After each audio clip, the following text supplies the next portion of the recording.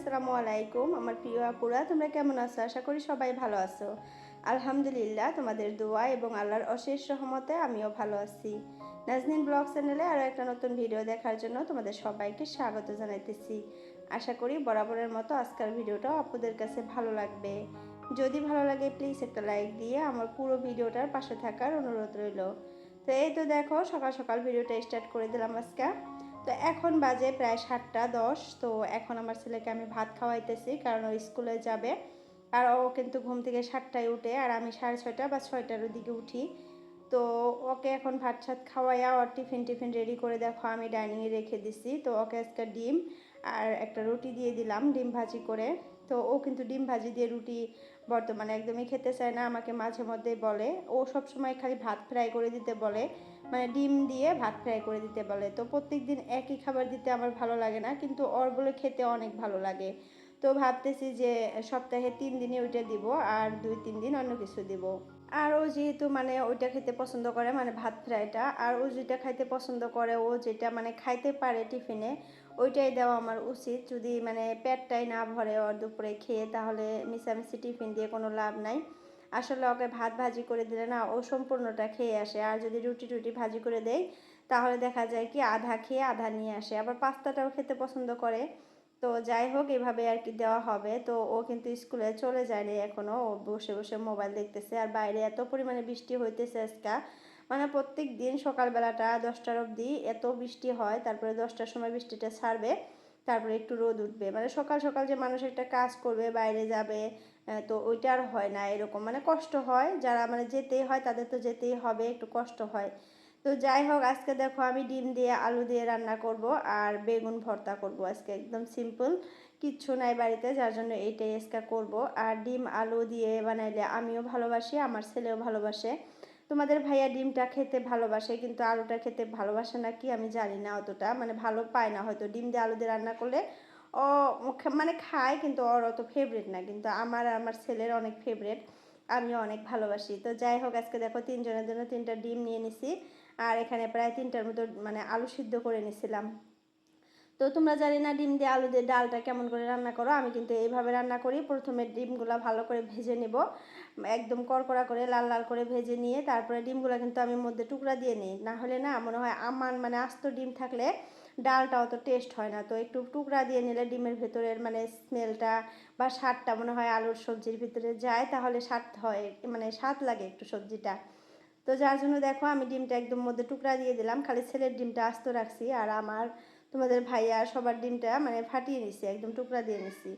তো যাই হোক, এখানে এই তেলের মধ্যে কিন্তু আমি পেঁয়াজ দিই নাই, ডাইরেক্ট মানে আলুটার মধ্যে সব মশলা টশলা দিয়ে আলুটা এখানে দিয়ে দিলাম। এখন ভালো করে লাড়াচাড়া করে একটু কষিয়ে নিব একটু পানি দিয়ে।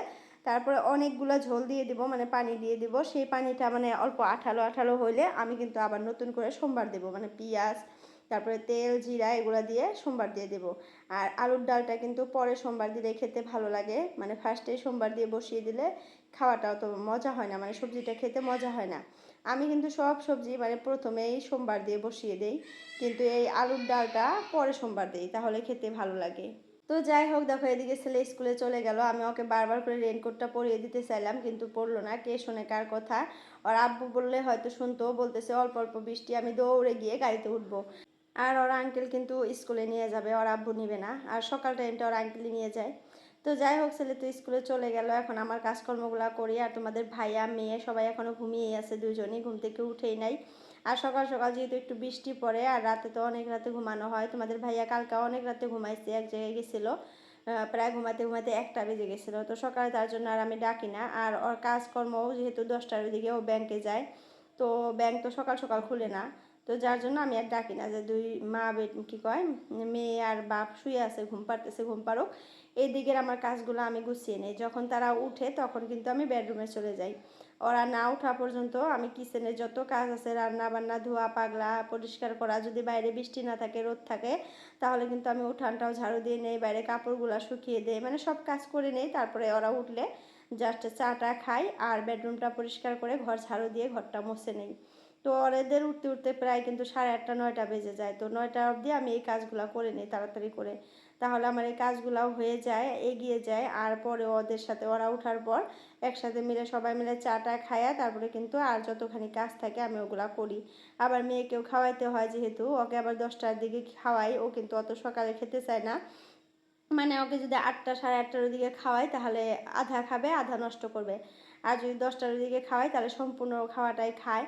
আর বাচ্চা কাচ্চা দেখবা, বাচ্চা কাচ্চা ওইরকম, বড় মানুষ ওইরকম, সকাল সকালও তো খেতে ইচ্ছা করে না, ভালো লাগে না।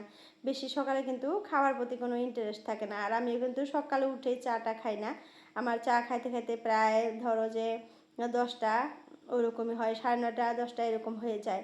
তো যাই হোক, বর্তমান 3 দিন থেকে আমি আমার এক্সারসাইজগুলো করতে পারতেছি না, একটু ব্যস্ততার জন্য করতেও ইচ্ছা করতেছে না। তার জন্য হয়তো তোমরা আমাকে দেখলে বুঝতে পারবা আমি কিন্তু একটু আবার মোটো ছোটো হয়ে যেতেছি। মানে খাবার দাবার ঠিকছে খাইতেছি আর বিন্দাস কাজকর্ম করতেছি, এক্সারসাইজ হইতেছে না করা। বললাম না একটু কাজে কর্মে ব্যস্ত আছি, মানে একটা নিয়ে ব্যস্ত আছি, তার জন্য আর হইতেছে না। তো যাই হোক, ভাবছি যে কালকার থেকে আবার এক্সারসাইজ করা স্টার্ট করব, খাবার দাবার একটু কমিয়ে খাবো। আসলে আমরা যারা হাউস ওয়াইফ আছি না, আমরা অতটা কিন্তু মানে একদম মানে প্রপারলি আমরা শরীরের জন্য আর কি যত্নটা নিতে পারি না। যদি 10 দিন নেই, আবার 3 দিন দেখা যায় যে গ্যাপ দেওয়া হয়। যারা বাইরে সবসময় যায় তারা কিন্তু সবসময় ফিট থাকার বা ওরকম করে থাকার চেষ্টা করে। যেহেতু আমরা সবসময় ঘরের ভিতরে থাকি, বাড়ির ভিতরে থাকি, আমরা বাইরে যেহেতু অতটা যাই না, বাইরের পরিবেশটা যেহেতু অতটা উপভোগ করি না, দেখি না, তার জন্য কিন্তু আমরা মনে করি যে আমরা তো সবসময় বাড়িতেই থাকি, যেভাবে আছি ওইভাবেই থাকি। কিন্তু যখন একটু বাইরে ঘুরে যাই, মানুষকে দেখি, তখন আবার মনে হয় না, এরা এইভাবে থাকে, ওরা ওইভাবে থাকে, আমরাও একটু ট্রাই করি না ওইভাবে থাকার। এটা কিন্তু একদম সত্যি কথা, বাস্তব কথা তোমাদের সাথে আমি শেয়ার করলাম। আমার পক্ষে আর কি এরকম হয়, আমি জানি অনেকেরই এরকম হয়। তো যাই হোক, তারপরেও নিজের একটু কেয়ার করা আমাদের জন্য জরুরি, যেহেতু আমরা একটু শিক্ষিত মানুষ, মূর্খও না অতটা আছে যেমন তেমন করে থাকবো। তো যাই হোক, যেহেতু সোশ্যাল মিডিয়াতে কাজকর্ম করি, একটু কিন্তু ওইভাবে থাকার ট্রাই করতেই হয়। তো দেখো, আমি কথা বলতে বলতে পাকঘরের সব কাজ করে নিছি, রান্নাবান্না শেষ। তারপরে বাসন হয়ে গেছিলো অনেকগুলা, পরিষ্কার করে ধুয়ে নিলাম। তারপর ঘরটা সব ঝাড়ু দিয়ে নিতেছি, মানে কিচেন টিচেন সহ এই পাশটা ডাইনিং রুমটা, এইগুলা ঝাড়ু দিয়ে নিলাম, মানে এই সাইডটা একদম পরিষ্কার করে নিলাম। এখন ওই সাইডটা মানে ড্রয়িং রুমটা আর বেডরুমটা আর বারান্দাটা বাকি আছে। তোমাদের ভাইয়া উঠলে ওইগুলা কাজ করব। আর এখনই তোমাদের ভাইয়া উঠে যাবে আমি জানি, কারণ 8:30টার মতো বেজে গেছে। এখন উঠবে, উঠে ব্রাশ করবে, তারপরে চা খাবে, তারপরে ওর অফিসেই বলো আর ব্যাংকেই বলো যেতে যেতে প্রায় ধরো 9:30 10টা বেজে যাবে। তো যাই হোক, এই যে বাইরে বৃষ্টি হইতেছে জন্য আমি তো বাইরে যেতেই পারতেছি না, বৃষ্টি ছাড়লে বাইরের কাজ করব। তো এই যে সিঁড়িতে না একটু নোংরা পড়ছে, মানে ঘরটা যে ঝাড়ু দিলাম, ঝাড়ু দিয়ে যে নোংরাগুলো বের হলো ওগুলো কিন্তু সিঁড়িতেই আছে। কারণ পানি আমি ঝাড়ু দিলাম না, তার জন্য বালতিতে করে একটু পানি নিয়ে এসে ধুয়ে দিলাম, মানে জঙ্গলগুলো ধুয়ে পরিষ্কার করে দিলাম। তো যাই হোক, চলো ড্রয়িং রুমটা পরিষ্কার করি। ওই রুমে এখনও যাবো না, যেহেতু সব কাজকর্ম হয়েই গেল। তো ওই পাশের কাজকর্ম যেহেতু হয়ে গেল, এই পাশে এসে দেখি মেয়ে উঠে পড়ছে, মানে তোমাদের ভাই এখনও ওঠে নাই, কিন্তু মেয়েটা ঘুম থেকে উঠে পড়ছে।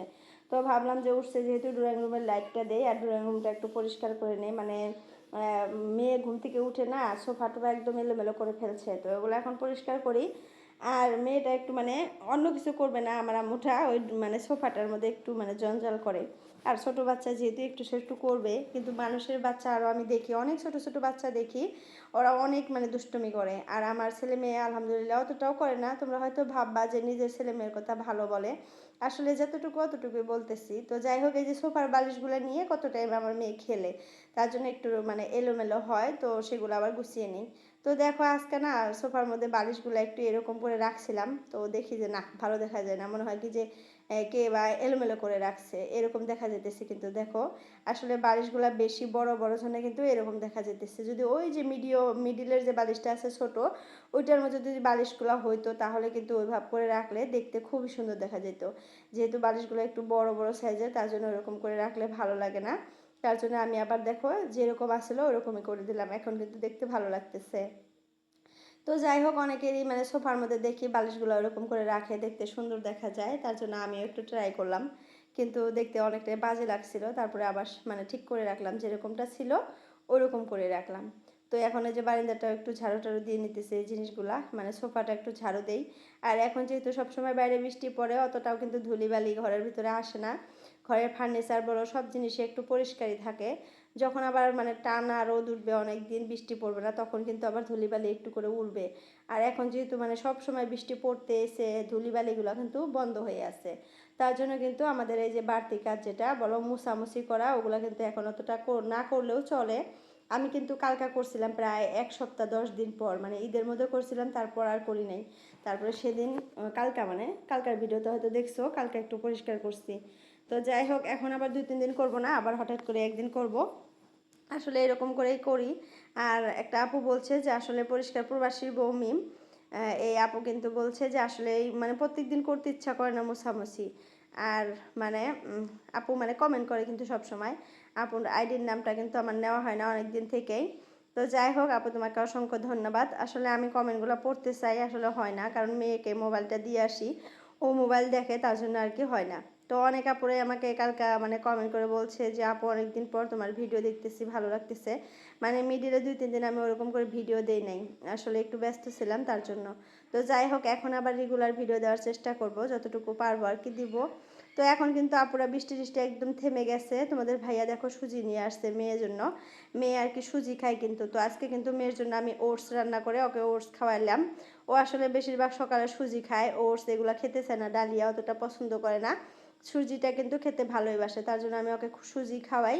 তো আজকে সুজি ছিল না জন্য আমি ওকে ওটস বানিয়ে দিছিলাম, কিন্তু খাইতে অল্প প্রবলেম করলো ফার্স্টে। তারপরে দেখলাম যে না, সম্পূর্ণটাই খেয়ে নিল। তো যাই হোক, সুজিগুলো সব ঢেলে রাখলাম। আর এখানে দেখো কি হয়েছে, মেশিনের ভিতরে কাপড় দিছিলাম। তোমাদের ভাইয়ার লং প্যান্টের পকেটে 10 টাকা ছিল, তো 10 টাকাটা একদম পরিষ্কার হয়ে ধোয়া হয়ে গেছে, একদম হোয়াইট হয়ে গেছে দেখতেছি। মানে মেশিনের ভিতরে দেখি পড়ে আছে। আর তোমাদের ভাইয়া আমাকে বলছিল যে আমার লং প্যান্টটা তুমি মেশিনে দিছো, কাপড়ে কিন্তু 10 টাকা আছে, হয়তো সিলেটের মেশিনের ভিতরে যাবে। তারপরে দেখলাম না, ঠিকই আছে একদম, মানে যেরকমটা ওরকমই আছে, আরো নতুন পরিষ্কার হয়ে গেছে। তো দেখো বাইরে এখন একটু একটু হালকা পাতলা রোদ উঠতেছে, আর এখন ভালো করে রোদ উঠবে আমি জানি, অতটা না উঠলেও অল্প টল্প উঠে আর কি কাপড়গুলো শুকিয়ে যায়, যেহেতু মেশিনের কাপড় একটু রোদ পাইলে শুকিয়ে যায়। আর আমি কিন্তু 1000-এ দিয়ে আর কি ধুই, 1000 মানে হাওয়াটা 1000 মারি, 1200 মারলে একদম শুকিয়েই বের হয়, একটু রোদে দিলে হয়ে যায়। আর 1200 যদি দাও তাহলে কাপড়ের সাথে অবস্থা থাকে না, মানে কাপড় হাওয়া দিতে দিতে কাপড়ের একদম জ্বলে পড়ে ছাই হয়ে যায়, আর কাপড়গুলো একদম কুচিমুচি ধরে যায়। তার জন্য আমি 1000 বা 800 দিই, বেশিরভাগই 1000-এ দিই। এখন যেহেতু বৃষ্টি, এখন 1000-এই দেবো, কিন্তু যখন খুব রোদ উঠবে তখন আবার 800 দিলেই কিন্তু মানে শুকানো যে হাওয়াটা মারে, ওই হাওয়াটা 800 দিলেই কিন্তু কাপড়গুলা মানে ভালো হয়। বেশি শুকাইতে দিলে কিন্তু কাপড়ের সাথে আসলে অবস্থা থাকে না, কাপড়গুলো একদম তেনা তেনা হয়ে যায়। তো যাই হোক, সবগুলো কাপড় শুকিয়ে দিয়ে তারপরে দেখো আর একটা জিনিস পাইছি। এটা কি বলে বলো তো, কেপি বলে, তোমাদের ভাইয়া খায়। তো আমিও মাঝে মধ্যে মানে সুপারিগুলো 2-1 টুকরা খাই, মুখের মানে ভালো লাগে না যখন, বা ভাত টাত খাওয়ার পরে, তখন তোমাদের ভাইয়ার কাছে যদি থাকে বলি যে 2টা টুকরা দাও, খাই। তো আজকে পায়া আমি ভাবতেছি সম্পূর্ণটা খাবো আজকে, দেখি কেমন লাগে। তো ঝাইরা ঝাইরা যে কি বলে ওগুলা, তুলসী বলে না, যে কি বলে ওগুলা, জর্দা বলে, জর্দাগুলা ফালিয়ে দিলাম। ফালিয়ে দিয়ে যতটুকু আসলে সম্পূর্ণটা খাইছি। বিশ্বাস করো আপুরা, খাওয়ার 10 মিনিট পর থেকে মাথাটা এরকম করে ঘুরতেছে, মনে হইতেছে যে সম্পূর্ণ দুনিয়াটা ঘুরতেছে। পরে ভাবলাম যে কি খাইলাম, মানে একটু মজা করে খাইতে যাই আমার শরীরের এই অবস্থা। তো যাই হোক, উঠানটা খালি কোনো মতো ঝাড়ু দিচ্ছি, ঝাড়ু দিতে দিতে তারপরে একটা জিনিস পাইছি আমি, জিনিসটা তোমাদের সাথে শেয়ার করব। অনেক মায়া লাগছে জিনিসটা দেখে আমার, মানে বৃষ্টির জন্য জিনিসটা পড়ে গেছে। তো যাই হোক, আমার মেয়ে দেখো খেলতেছে আমার সাথে সাথে, আর আমি দেখো উঠানটা ঝাড়ু দিতেছি, পরিষ্কার করে ঝাড়ু দিয়ে নিই উঠানটা। তো যাই হোক, ভিডিওর এই পর্যায়ে এসে আপনাদের কাছে একটা রিকোয়েস্ট করি, যদি কেউ নতুন আসো আমার চ্যানেলটাতে, প্লিজ চ্যানেলটা সাবস্ক্রাইব করো, আর সাথে থাকা বেল বাটনটা ক্লিক করে দিও, এতে করে আমি যখনই একটা নতুন ভিডিও আপলোড করব তোমাদের মোবাইলে নোটিফিকেশন পৌঁছে যাবে, আর সময় করে কিন্তু তোমরা আমার ভিডিওটা দেখতে পারবা।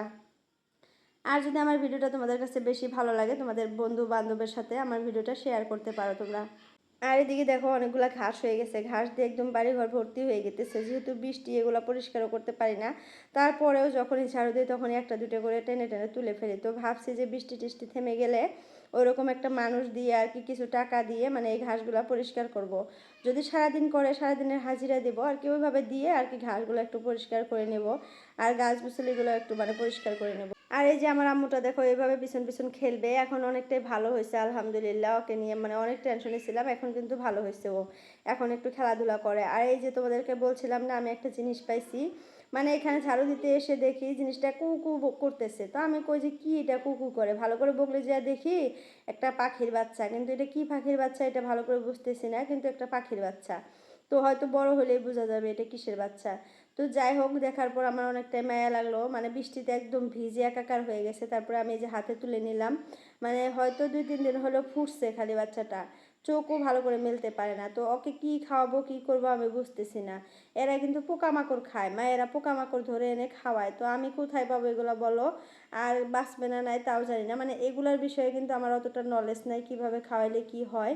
তো আমি ভাবতেছি একটু রোদের মধ্যে বসিয়ে দেই, মানে শরীরটা একদম ভিজে আছে বৃষ্টিতে, সারা রাত হয়তো ভিজছে। তো একটু রোদ্রুতে বসিয়ে দিলে তাহলে শরীরটা একটু শুকাবে, হয়তো আর ভালো লাগবে। তো তোমাদেরকে একটু ভালো করে দেখাইলাম। তো চলো এখন নিয়ে এই যে এখানে বসিয়ে দেবো, এখানে একটু রোদ আছে। তো এখানে বসিয়ে দিয়ে মেয়ের মানে ডালিয়া আছে, যে ডালিয়াটা তো ছোট ছোট দানা হয়, ভাবতেছি যে একটু ডালিয়া খাইয়ে দিই আর একটু পানি খাইয়ে দিই, হয়তো একটু সুস্থ হবে। মানে না খেয়ে আছে, মা থাকলে তো হয়তো ওই যে পোকা টোকা ধরে এনে খাওয়াইতো।